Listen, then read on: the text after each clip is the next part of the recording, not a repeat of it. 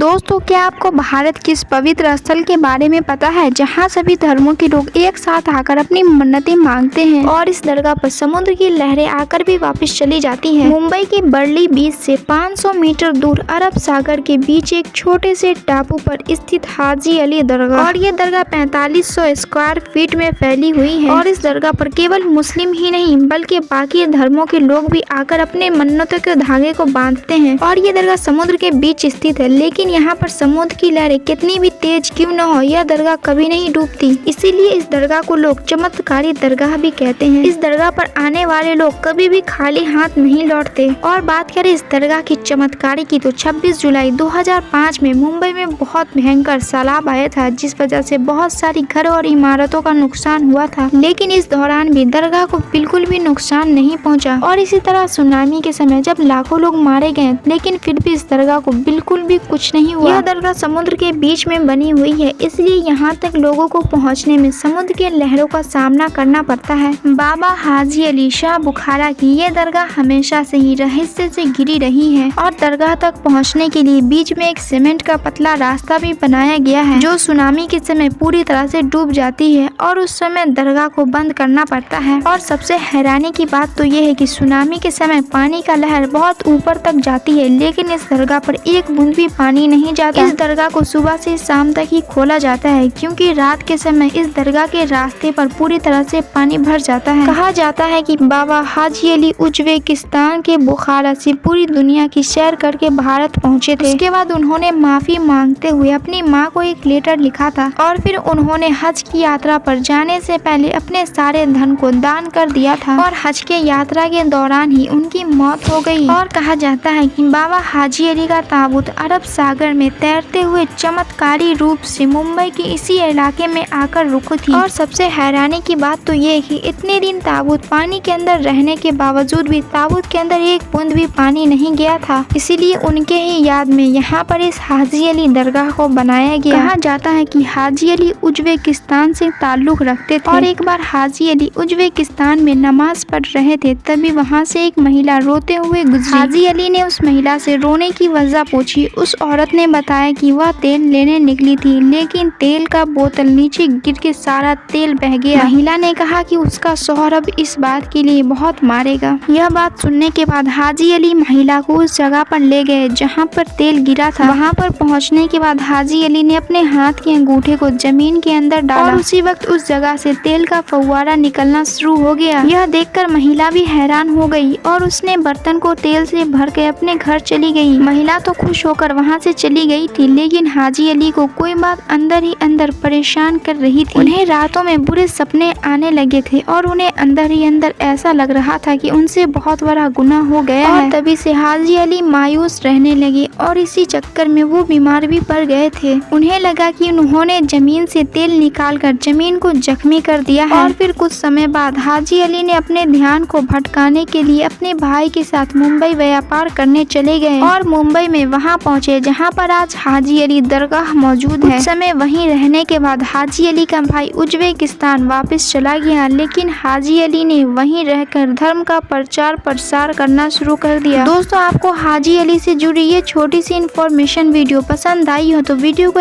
Like करके channel को subscribe जरूर कर लें।